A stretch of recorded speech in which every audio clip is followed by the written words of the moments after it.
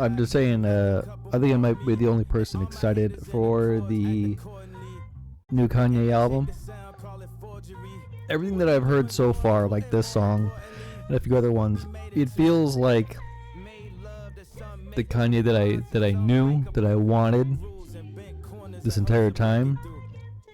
The last, like, I'd say 4 albums were very avant-garde, very experimental, very concept, and as a lot of people were just like, dude, this is a little too much. Can we just go back to like the Kanye that we know? Thank you for downloading our recent episode. For more episodes like this, go to movieguyspodcast.podbean.com for more episodes. Enjoy the show. Hello everybody, welcome to another awesome episode of Movie Guys Podcast, and tonight we're talking about an 80s slasher in the making, right? Primate. I'm excited to talk about this one. Eric, how the hell are you doing? I guess I'm excited. That'll give you a hint of how I feel about this movie. I guess I'm excited here too. I going into this, I think I had low expectations, and those expectations were met in this movie. So I've seen a lot of kind of these types of 80s horror movies, and this is what I got. Chad, are you familiar or a fan of a lot of these classic 80s horror movies? I'm familiar, and let me just say that as soon as I got done watching this, I was in such a place of, I don't want to say peril, that's probably not the right word, but I thought, what better cleanser than to just go ahead and watch Contact again, because I loved Contact so much, because I wanted to make sure that I had to pick me up. Wow. Oops. Spoiler alert. But so in there, though, there is a level of enjoyment in the garbage, right? Sure. And we'll get to my favorite part of the movie, which was 2 seconds long. But, if you don't come into a movie like this with the understanding there's going to be some ridiculousness, you may just walk away confused. Yeah. Jordan, when you went into this movie, like, you had the same expectations, right? I mean, mine were basically going into this movie and just having it be silly.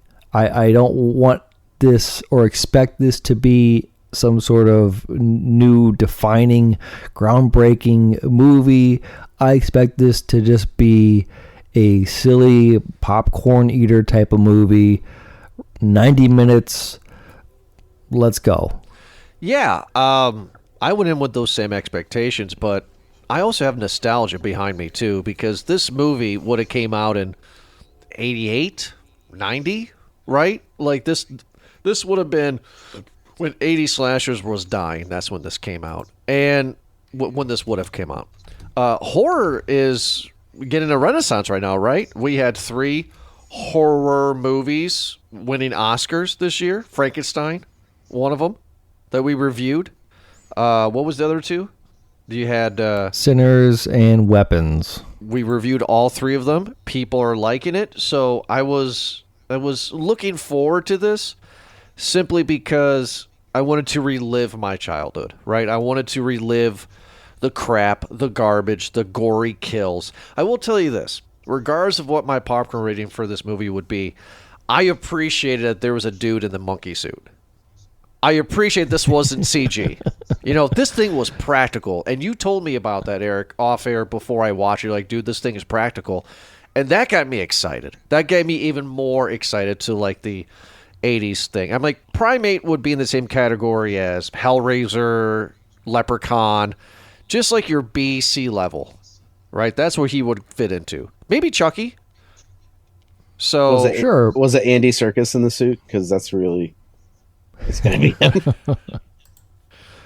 No. Yeah, he really commits to it, doesn't he? So that was my excitement going into this. And the last thing I got to say is I told you to Eric off air before I watched the movie, I was like, okay, with my expectations, this is going to be a bag of butter or a bad rating, right? Like, I don't know where I'm going to go with this. So I was excited to get into this. Chad, did you have any idea what you were getting into? No. But I Wonderful. aimed low and hit that target. So you had no idea this was about a killer pet monkey? No? No, I mean, obviously you get there really quick on the opening. Yeah, I want to talk about that when we get to it. But for the sake of movie, guys, before we get into that opening, Chad, that was good. Eric, we talked about this too. Chad, I don't know if you know this, but we have reviewed this director before. He has one more, and he gets the golden headphones. We reviewed him, and he was the director of Resident Evil: Welcome to Raccoon City, the forgettable Resident Evil movie. So knowing that, I wasn't coming into this expecting anything great. Yeah, I was gonna say I don't remember that movie. You do. You do. I? Yeah, you do. It wasn't good. I don't think I remember that movie. In fact, going through a lot of this filmography, I don't think I remember any of these movies. I think I did remember seeing 47 Meters Down. I think I remember falling asleep in that movie. Yeah, that's the one where the sequel was better than the original. I don't want to completely dog on this director. I think he's not the issue. I think the story or content is kind of what it is. Although, again, I don't want to dig down to him too deep into the hole here, because Primate had its fun, okay? And the reason why we compare it to a lot of the 80s horror classic genre is just because of the prosthetics, because of the red corn syrup, right? Because of the latex, and because of a guy in a monkey suit, where you get kind of silly how you get there. Monkey has rabies, monkey kills.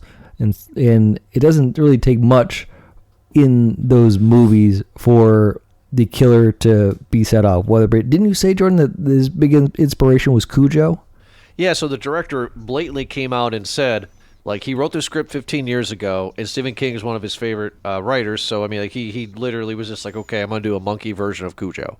Which is great, right? He's not saying, like the writer of Hunger Games was like, I never heard of Battle Royale. What are you talking about?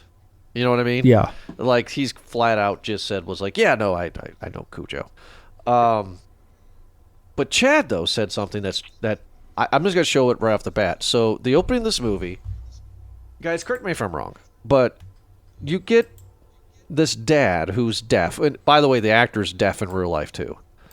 But you get this dad who's deaf, and there's a reason why I keep on saying it, because it's going to come to a point to the end. But he's a famous novelist, right? He's a novelist. And he lives in this beautiful glass house on a cliffside. It's supposed to be Hawaii, but they filmed it in Portugal, just so you guys know. Mm-hmm. And they have a pet monkey named Ben.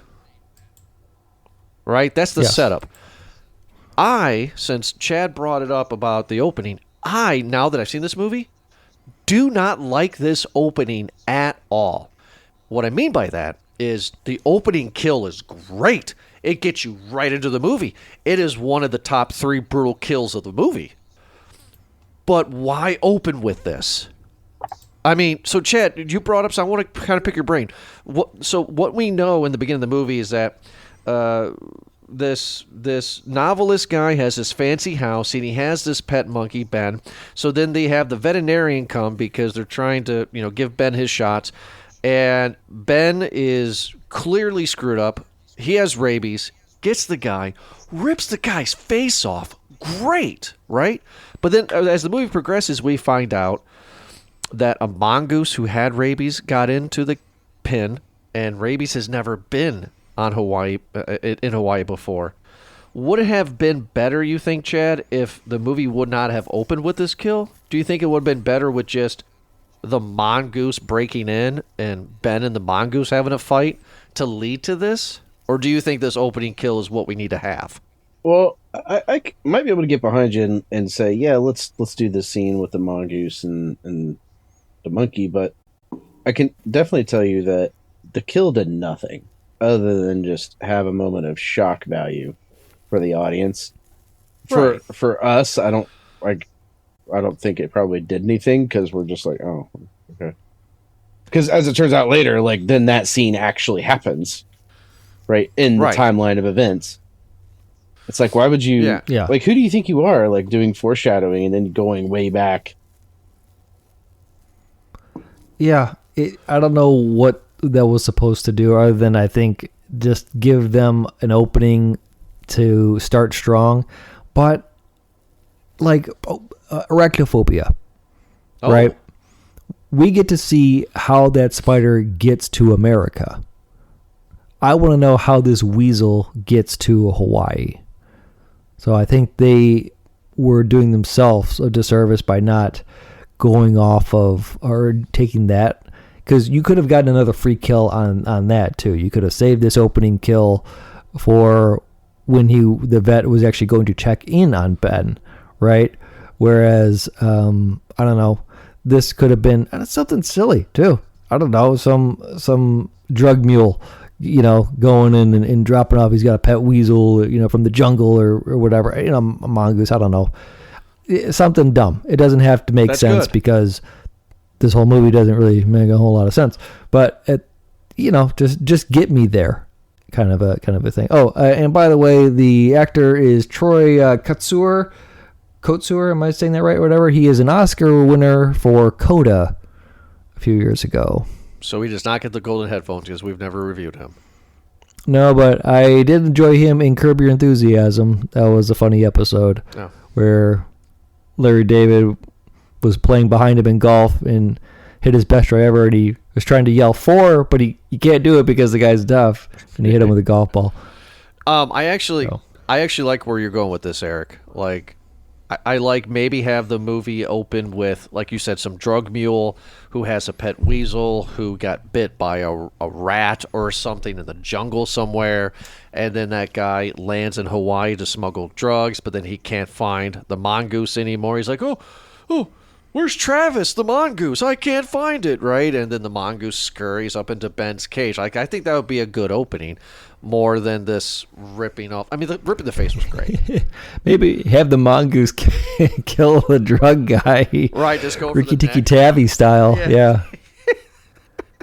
But this opening kill is really, I mean, this opening kill does what you need it to do, right? I mean, you're going to this movie about a killer ape, chimpanzee, monkey. What did HR say that we're supposed to call this?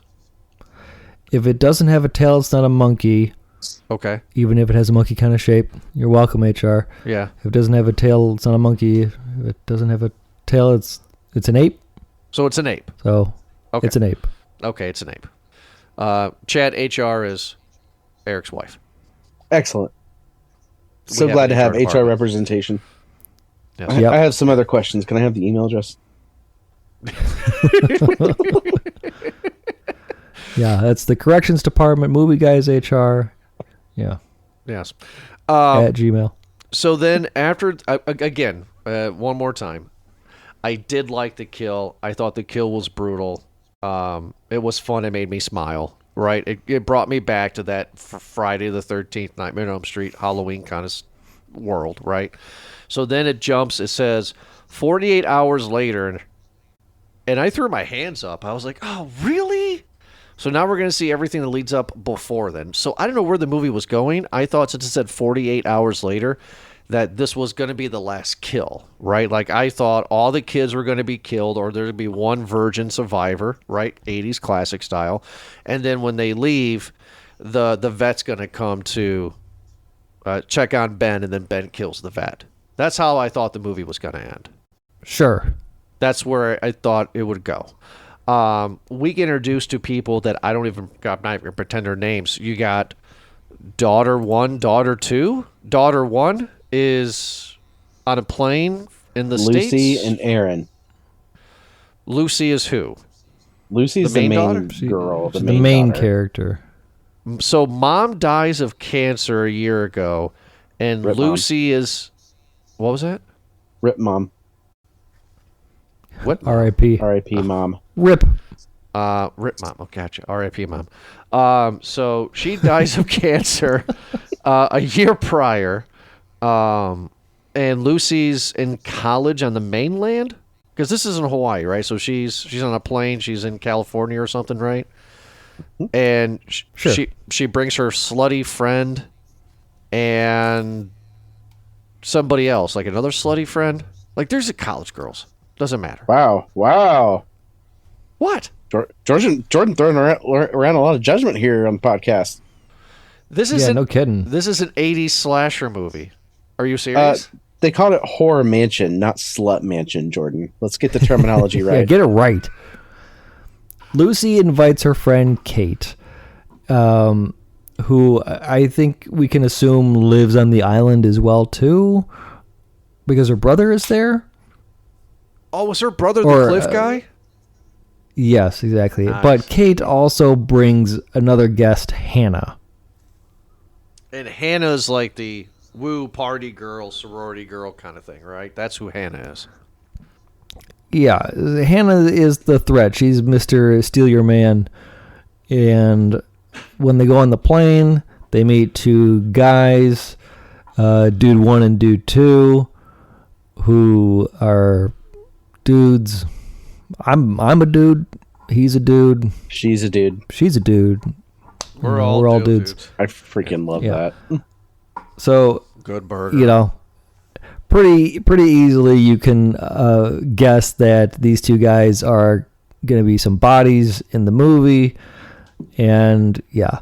Oh, hey, oh, hi, oh, you going to, okay, we'll see when we land. You know, going here. Oh, my friend. Give me your number. Very 80s, very easily set up, right? Move it along. Right. So then they land and they go to Dad's house. And Dad's kind of like, he's so happy to be there. I didn't have subtitles, so I have no idea what they were saying. You got to turn those subtitles on, bud. I didn't think it was possible. So I have no idea what Dad was saying. I'm assuming, oh my God, I miss you, Lucy. It's been a year since your mom died. I'm glad you're back. This place is yours. Don't have sex with any boys. I got to go do a book signing. That's what I got from it. Actually, I think he was encouraging the sex. Oh, good. He was, and again, this is the power of subtitles. And yes, you had that option, go into preferences and turn on subtitles. I make sure that they have, yeah, him for Badlands too. I don't know if you had him on. Anyway, but I'm pretty sure, I'm absolutely sure that the dad was looking at Lucy and kind of making connection eyes to Nick, who is Kate's brother. And the dad was just like, hey, my daughter, maybe you and that guy? Huh? Mm-hmm. Kind of a thing? Yeah, I kind of. So that- I had the subtitles on way too late, so I missed some of that. Yeah. You see, in my stupid brain, I was like, I'm not going to turn subtitles on because it's sign language. It's not going to know. Well, now you know. Now I know. The So more you know. Yeah.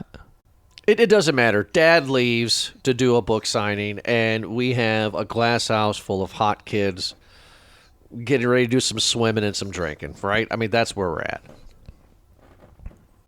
They're doing smoking now. I told you that off air, is that smoking is the new drinking. That's true. Yeah, Chad, we have this theory. Since Gen Z doesn't drink, instead of having sex and drinking alcohol, it's now having sex and smoking weed. But Gen Z doesn't have sex either, so therefore it's just smoking weed because nobody has sex in this movie. You would Well, think. even though they get invited over to get effed at Whore Mansion. To get screwed. Come on over. They got effed on, right? Exactly. I want to do my Vince McMahon voice so bad. I'm not going to do it. I have like a whole bit right now because of that. Never mind. You're talking about when he said the word to Booker T. It's just like I like my Vince McMahon impression, and I just have a whole skit about him saying the word screwed. Anyway, I should move on. Maybe that should be like an off-air conversation.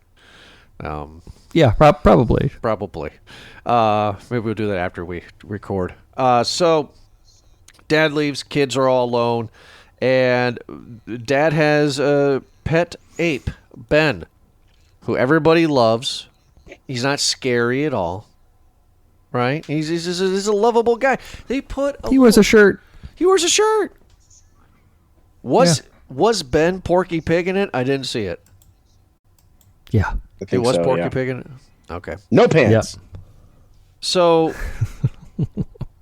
now, from what we saw at the start of the movie with the mongoose, and then the kids arriving 48 hours later, when we first see Ben and he's all chill, being all, ape-like, he has rabies at this point, right? Right? No? Yes? There's not a time in this movie where we do not see Ben with rabies. That's what my question is. I think you're right. We'll go with that, because I think the next day, right, is when the dad, or no, when does he discover the mongoose? They get there in the evening. They get there that night. Yes, it's the next morning. Because he plops it down on the table in a bag, like for breakfast. Yeah. Okay. So, it's maybe safe to assume that maybe the first introduction was with Ben was maybe before, but then that night he got bit. Still, but see though, continue. I wouldn't say so because after Ben got bit, he was itching his arm. He was going to his arm. Right. And this entire introduction that we got to see him, he was not going for his arm. Or maybe he was. Maybe I need to rewatch it. I don't care. I'm not going to rewatch this movie. But sure. Whatever we're arguing about is hours between incident or not. So now, when we see the mongoose eventually in the middle of the movie, the mongoose is completely torn up to shreds. So I would have figured that, again, I'm just thinking that maybe the mongoose got into the pen, scurrying about, doing its thing, and then Ben attacked it, bit it up, right? And that's how he got the rabies. That's how I'm assuming. Sure. So, okay. Dad's gone, kids are alone. The girls... the girls are hanging by the pool? How do they get to the pool? I think they walk there, Jordan. Well, no, this is because it has this glass balcony. They walk down, right? And are they swimming? Because I'm trying to remember. I watched the movie last night, but it's like Ben does something to make them go nuts. I mean, what happens? Ben does. Oh, Hannah goes to check out the pool. I think it was Hannah, right? And she gets kind of grabbed by Ben. So he does have rabies then, Jordan, because in the beginning of the movie they talk about hydrophobia. Yes. And about how that's the fear of water. And this is a scene where Ben goes near the water and he's kind of afraid. We can kind of surmise that he's afraid of the water, right? Right. So then Ben attacks who first? I guess Hannah. You want to say Hannah? He attacks Hannah. Well, Erin's the one that ends up really hurt in the pool. Yeah, it would be Erin because... Oh, that's right. She got bit in the leg. That's right. Because they were hanging out by the pool, and then Ben bites the crap out of her leg, and then they jump in the pool because they said that apes can't swim. So you got the boy and you got the 3 girls in the pool. Which, by the way, apes can swim. I just want to let people know that they can swim. You can go on videos. You can look it up on YouTube. Now I'm curious. So, sorry. Did that throw away the movie for you there, Jordan? Is that? I just had jokes. So, yeah, I'm glad you held back then. If this was 10 years ago, I 1.5. I'm sure you would have. You would have loved it. Chad, not so much. But anyway, so sister's in the pool, bleeding out of her leg. Boyfriend wannabe makes a tourniquet with his shirt. Has to take his shirt off. Has to show everybody how ripped he is, right? And there's a cat and mouse game going on with Ben just kind of waiting and biding his time, kind of playing with his food waiting for somebody to exit the pool.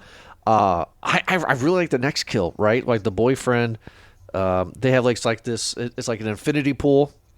And it's on top of this little cliff, right? So if you're looking out, you got this far drop down. Ben's on the side of the cliff, right? The ape, and the boyfriend's like, "Hey, I'm gonna push him off the cliff." Huh! Not a boyfriend. Boyfriend wannabe. Sure. And dude gets it bad too. Actually, he probably has the easiest death in this movie. Absolutely, he does. Ben and him struggle. Boyfriend wannabe flies over the edge, and he lands headfirst on a rock, smashes it open in his neck. That's the easiest death, 100%. Yeah. Yeah. Do you think he felt anything? I don't know. I mean, He still had the fall. sure. Yeah. So he was thinking about a lot on that way down. That's for sure. Yeah, good point. Good point. I thought he was probably going to hit the water, maybe, and then like somehow come in the end and save it, but it didn't happen. Okay, so now we got the 3 girls left in the pool, right? Yes. And they have these hanging lights kind of hanging over the pool, and Ben tries to get one of them that way. Doesn't succeed. And then eventually they fall asleep in the pool, and was it Lucy? No, was it Hannah? Get out of the pool to go find the phone. Yeah. Was it Hannah or is it Lucy? It's Hannah, right? There's 4 girls, right? So it's Lucy, Hannah, Kate, and then Erin, the bleeding sister. Okay, so Hannah, I think, leaves the pool, goes into the house, right? It's Kate and Lucy, I think, are the ones they go inside to retrieve the smartphone. Yes. Yeah.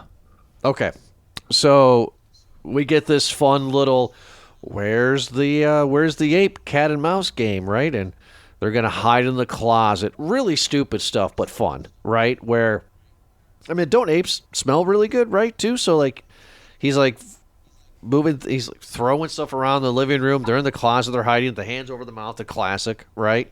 And then Ben tears up the closet. They're there, and he pushes his face against Visqueen or something. I don't know what that was, but that was fun. It was stupid, but fun, right? And it's like, can he see them? Like, can he smell them? It's right there. They're right there.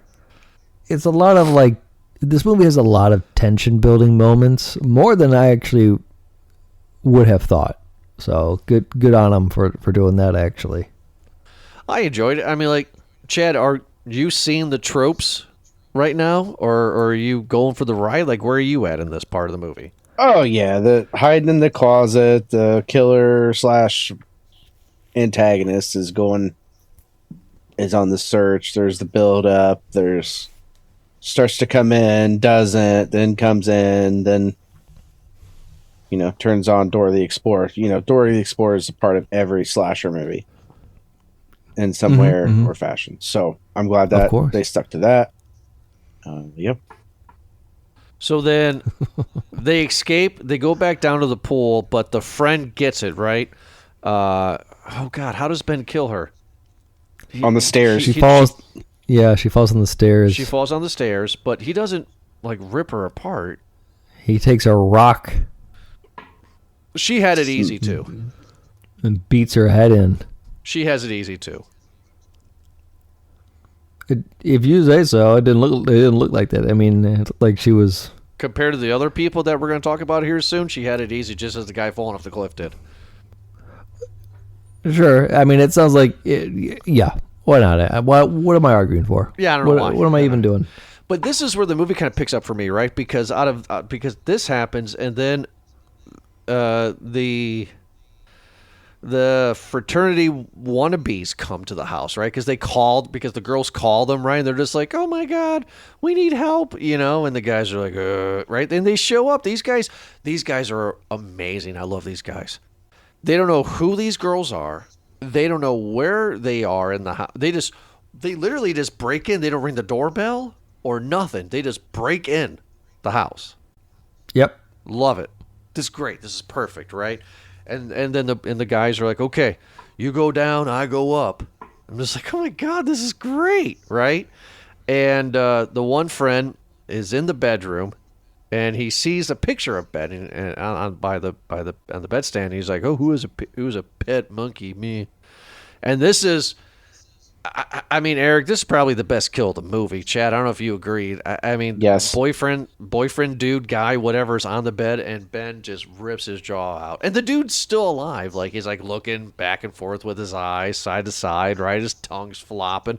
This is great. This is awesome. Yeah. This is like Terrifier territory. Well, yeah. Bedroom and all, right? Yeah. Chad, I mean, the best part, you know, the best part is that Ben taunted him with it. He put it up to his mouth and was like, "Rah, rah, rah, rah." Yeah, exactly. It's silly at this, but it's a very silly moment in the movie, but you know, it's enjoyable. It's what this movie is. Yeah, it was, right? Because the dude was like, "Hey, get off me. I'm not that kind of guy," or whatever. Something like that he says, right? Because it's supposed to be a joke. Ben rips his jaw out. And then what happens to the other? Okay, the other friend meets Ben on the balcony, and we don't see really his death, right? We just see that Ben's is beating him with a chair or something With a like shovel, that. I thought. Shovel. And then the slutty friend thinks she's going to escape. I thought she was going to, right? She escapes. She gets a phone, runs out to the car. Now, I did say that the jaw was the best kill, but this was the most, terrifying, suspenseful one, right? Because she gets into a car, and she thinks it's the right car. She puts the keys in the ignition. She can't. She presses the, beep, beep on the key fob, and she's in the wrong car. That's fun. That's fun. I like that. Gets into the other car, and Ben's right there. And he keeps on unlocking it while she's trying to lock it. Great stuff. Something a velociraptor would do in later Jurassic Park sequels. That's a smart monkey. Well, he has rabies. He knows how a key fob works. Right. He eventually pops the trunk up. He gets in. Of course. Why not? Use the automatic start, Ben. Why don't you just, I'm surprised he's not driving the car. I would believe it because, like, he bites her and beats her senseless. Is that, yeah? Yeah, he goes pretty wild on her. Ape shit. I was just gonna say, would you say he went ape shit? Yeah, it was easy. We got the one. We got our quota in there. PG-13 show. We allowed to see what? Wait a minute. I thought that was a Beyonce song. There we go. Good for you, Jordan. Thank you. Speaking of trilogy albums, right? We can talk about Beyonce, right? We're talking about B-Day. Lemonade. Yeah. Okay. So, I actually felt really bad for this girl. What was this girl's name that got killed that we were talking about in the car? Hannah. I liked her. She was fun. I'm sure you did. I really liked her. She seemed smart. So then the dad senses something wrong because I broke Eric. The dad senses something wrong. Or he's just like, I'm deaf, but something's wrong, right? So he leaves the book signing to go home. And yeah, we just get the tropes, right? Like he arrives home, he can't hear anything, Ben's behind him. Oh, what's going to happen, right? And then this is where the two sisters and the dad fight Ben. Back and forth. The dad ends up breaking a wine bottle, and then he stabs Ben in the chest, which that would kill any ape, right? Not You'd think everyone got more injuries. Erin, who tried to save Lucy again, ends up getting like a pretty deep scratch on the back. Lucy steps on some glass. We get that moment of where she takes it out of her foot. Is a pretty good graphic right there. The dad gets bit in the leg again. Or not again, but I'm saying another person gets bit in the leg again.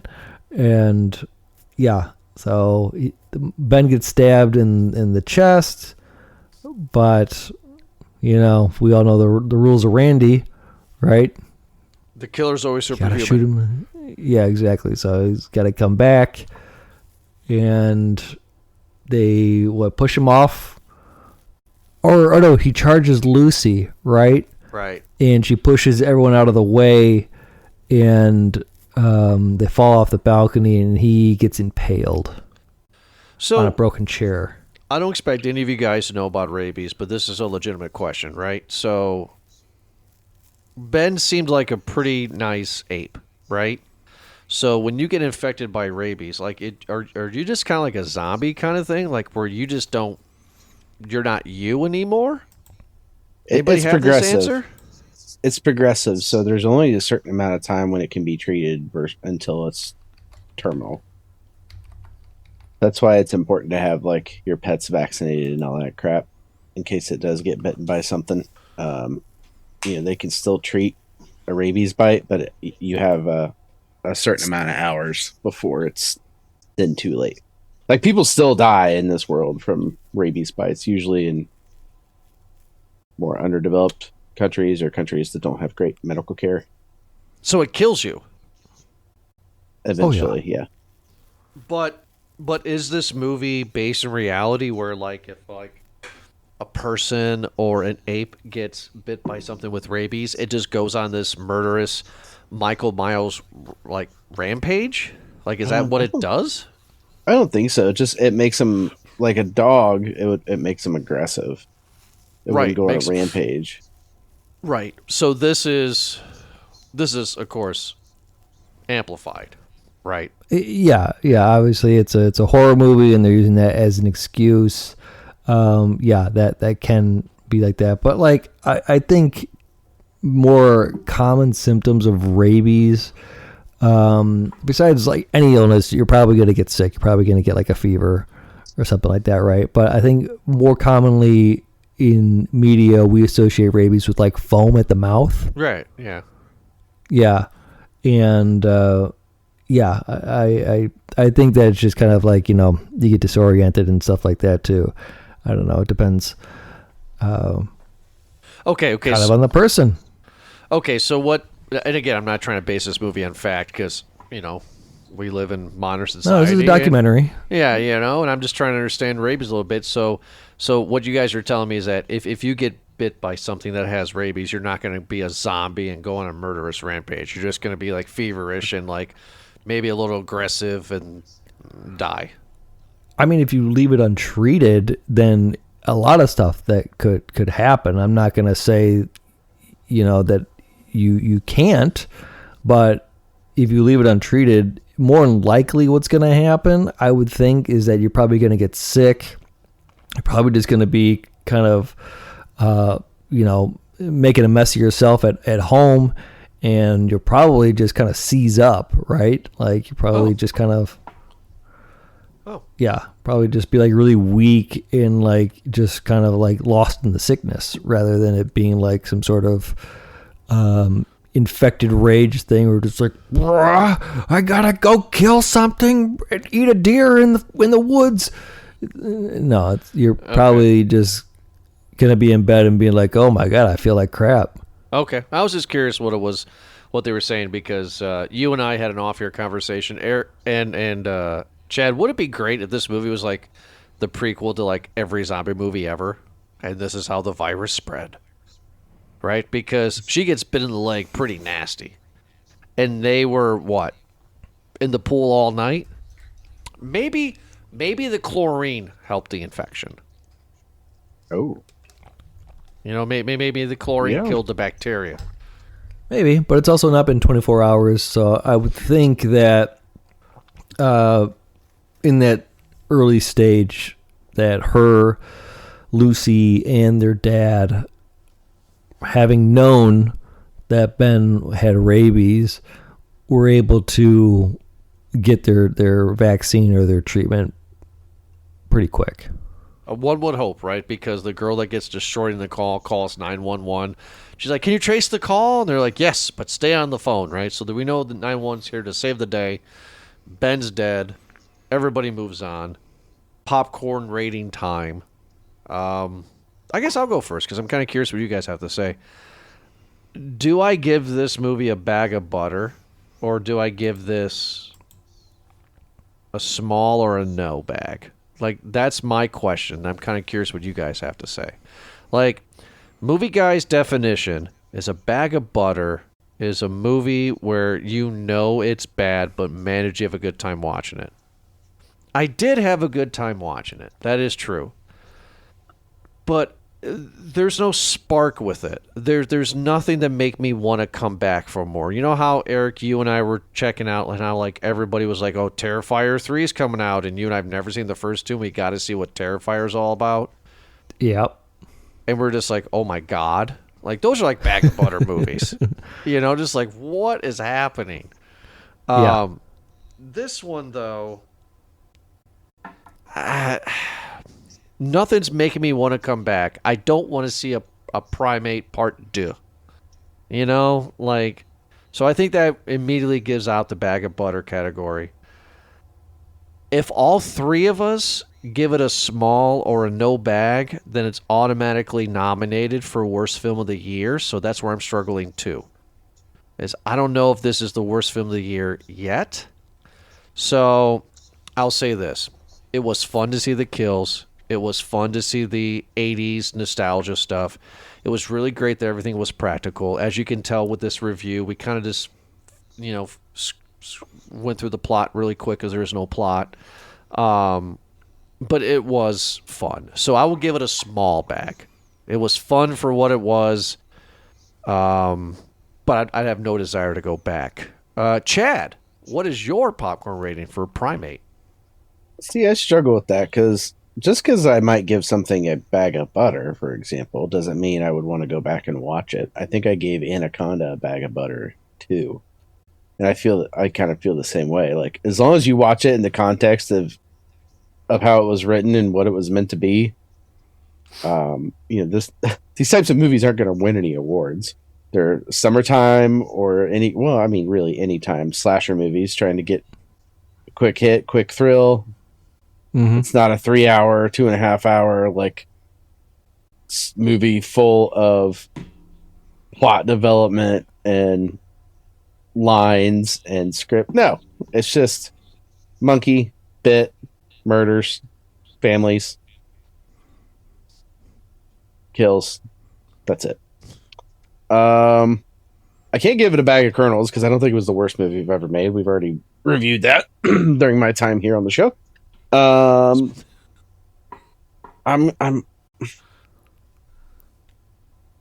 It's hard. I can't say it was no bag because I didn't hate it.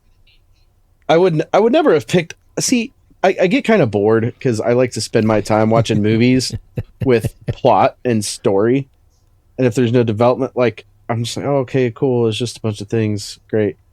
I'm probably cornering myself into a bag of butter, honestly. A bag of butter for Chad. All right, so you think that this movie is so terrible, but it's so fun too. I don't know if I'd say it's so fun. That's what a bag of butter is. This movie is really bad, but you had a fun time watching it. Yeah, I was happy to see everybody die and get their just desserts. But right. I think a serious movie, if I was going to take a movie seriously, it gets a small bag. But I don't take this into consideration as a serious movie. Probably the same. I probably look at these the same way Martin Scorsese looks at Marvel movies, like it's not cinema kind of thing. It's just a fun time at the movie theater to take your $20. So yeah, well, I'm gonna stick with bag of butter.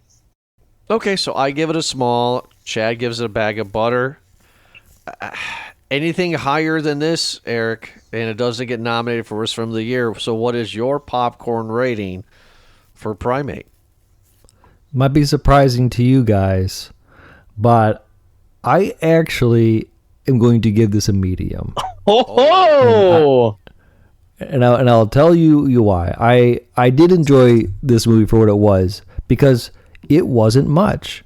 It fell completely into the realm of what it wanted to be.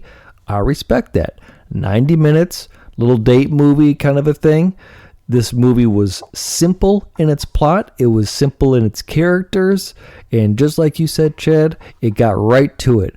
Monkey bad, monkey kill. Let's go. Okay. And I like that they closed it off. They didn't leave it open for like a sequel to have Ben like run to the woods and be like, oh, well, we don't know where he is, kind of a thing. And then the family survives, and then we see you back for Primate 2. I'm happy that this is just, it's on its own, it's standalone. Great. Thank you very much. I'm very happy for the prosthetics.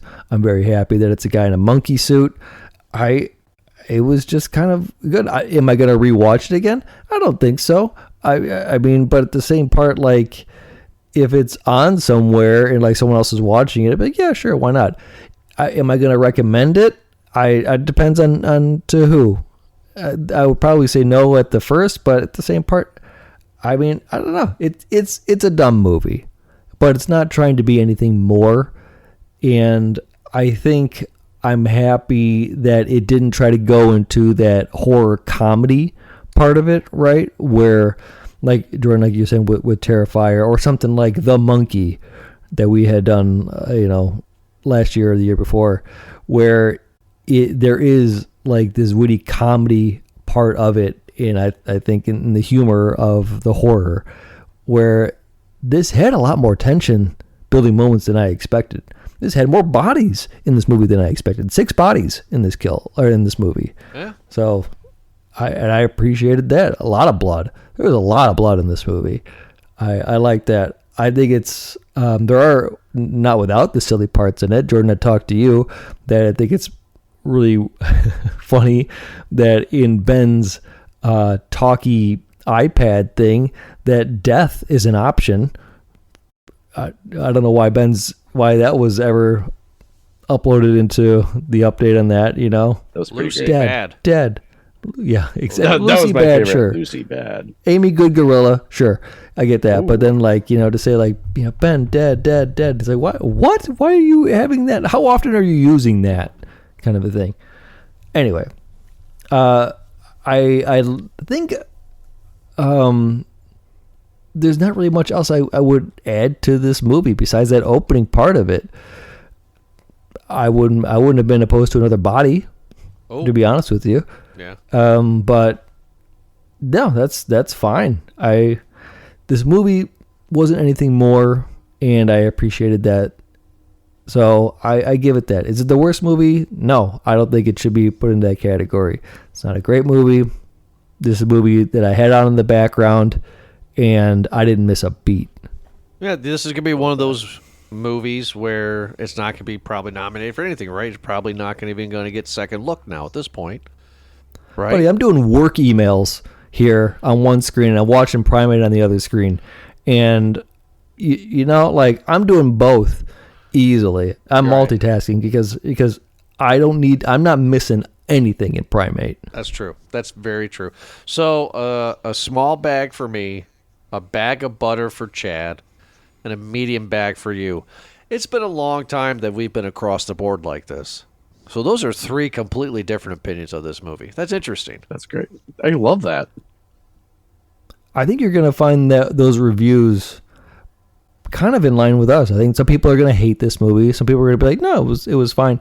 I don't think you're going to get anyone praising this as movie of the year, but I think you're going to get a lot of mixed bags with this kind of movie.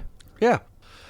I thought it was, by the way, I think it's fun that they named him Ben, because the first thing I thought of was Ben the Rat, the sequel to Willard. Yeah, Michael Jackson. Another killer. Yeah, another killer animal. Oh, so. Didn't they remake that with Crispin Glover? Willard? Yes, they did. I think it was just called Willard? Yeah. I think it was called Willard. Oh my God. In like 2002? 2000, I think. Oof. Good God. All right, well, that's overall Puck rating for Primate. I figured this would be fun.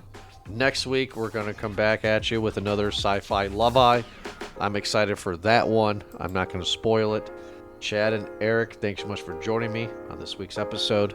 And make sure to check us out on movieguyspodcast.podbean.com, on Apple Podcasts, Spotify, iHeartRadio, wherever you get your podcast from. We are on that platform. And we'll be back next Thursday for another awesome episode. Have a good night.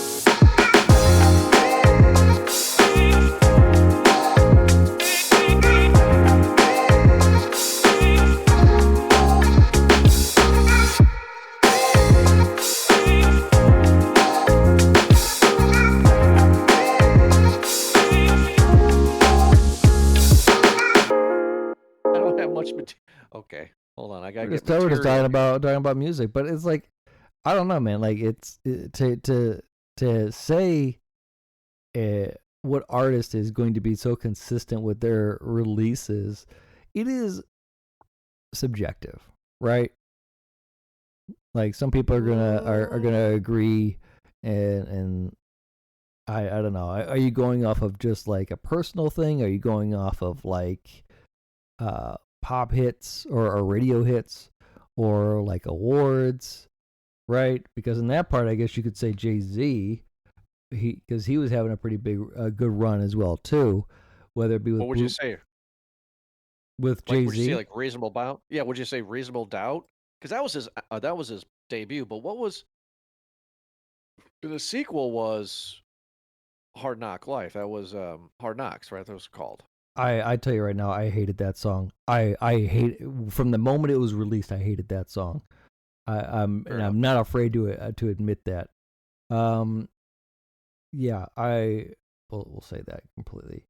Maybe but maybe I will say Hard Knock Life. Because it was. I mean, the rest of the album's pretty good. Well, let me roll up here. I was gonna say, okay, here we go. Dynasty, Blueprint. Blueprint 2 is after that. Dang, never mind. Oh, Blueprint 2. Is that Blueprint is H to the Izzo and Big Pimpin', right? Or I got that flipped. No, you're right.